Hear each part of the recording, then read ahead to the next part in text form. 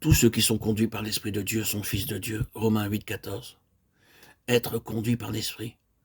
Un très grand nombre de chrétiens ne voient là qu'un mouvement de la pensée venant leur suggérer ce qu'ils auront à faire, qu'il s'agisse d'opinions à émettre ou de devoirs à accomplir, ou du choix de tel texte de l'Écriture dont ils voudraient se servir, ou de direction précise pour quelque œuvre évangélique.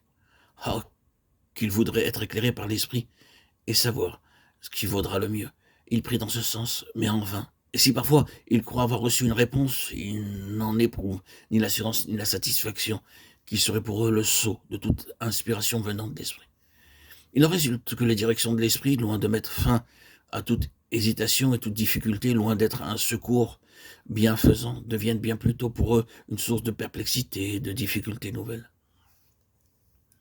Le mal vient ici de ce qu'on n'a pas encore saisi la vérité sur laquelle nous avons insisté déjà plus d'une fois. C'est que le Saint-Esprit commence par s'adresser à notre vie intime et non à notre intelligence. C'est la vie même qu'il vient susciter, fortifier. Cette vie devient lumière pour nous. Quand nous avons renoncé à nous conformer au monde et à l'esprit du monde, quand nous renions résolument la vie de notre ancienne nature et la volonté de la chair, nous sommes alors transformés par le renouvellement de notre esprit. Et par là, notre intelligence devient capable d'éprouver que la volonté de Dieu est bonne, agréable et parfaite. Romains 12, 1, 2. Le contexte de Romains 8, 14 montre très clairement le rapport intime qui existe entre l'œuvre de sanctification pratique de l'Esprit en nous et la lumière par laquelle il nous conduit.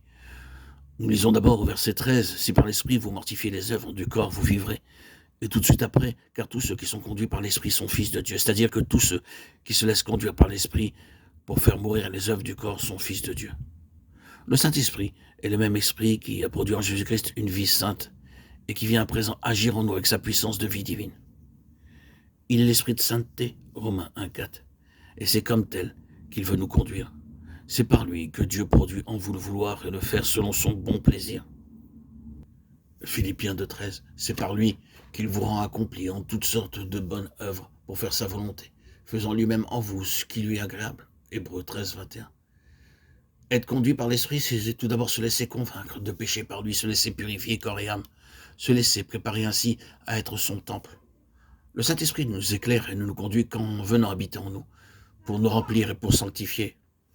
Être conduit par l'Esprit, c'est tout d'abord se laisser convaincre de pécher par lui, se laisser purifier corps et âme, se laisser préparer ainsi à être son temple. Le Saint-Esprit ne nous éclaire et nous conduit qu'en venant habiter en nous, pour nous remplir et pour sanctifier notre cœur et notre vie, et pour régner en maître.